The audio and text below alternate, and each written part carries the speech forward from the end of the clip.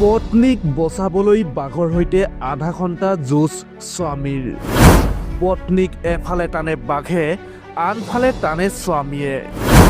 সাহসী স্বামীয়ে ফলা বাঁহেৰে কোবালে প্ৰকাণ্ড বাঘক।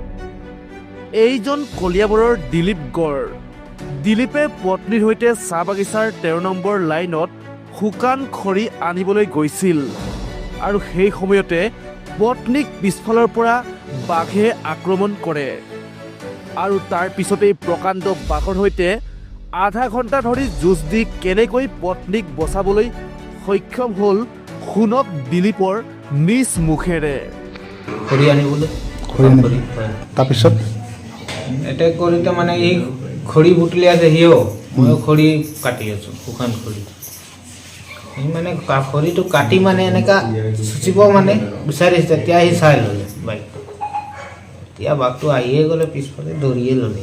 তাৰপিছত ময়ো গৈ মানে মাৰি দিলোঁ আৰু লৈ আনিলোঁ আজি শুকান মাছ। আপোনাৰ ভয় লগা নাছিলে? এতিয়া ভয় লগা নাছিলে আৰু ইমান। বাঘটো গৰুৰ নিচিনা আছিলে, গাই নিচিনা এনেই চুৰু মুৰু। যেতিয়া হামলা কৰে তেতিয়া গাটো খোলাই দিয়ে, দেখাওঁতে মানে ক্ষীণমিন। তাৰ পৰিচয়টো মোৰ লগত পূৰা মানে চকু পূৰা মই মিলাই দিছোঁ তাৰ লগত লৰাই লাগোঁতে। চকুটো মানে অলপ মই বেলেগ ফালে 19-20 কৰিলোঁ তো মোক মানে জঁপিয়াই ধৰি যায় আৰু মই তাৰ লগত পূৰা মানে চকু মিলাই থৈছোঁ আৰু সি পূৰা মানে হাল্লা কৰি আছে মোৰ লগত, গাৰ্জি আছে, যি ওলাই আছে পূৰা গৰ্জি আছে মোৰ লগত।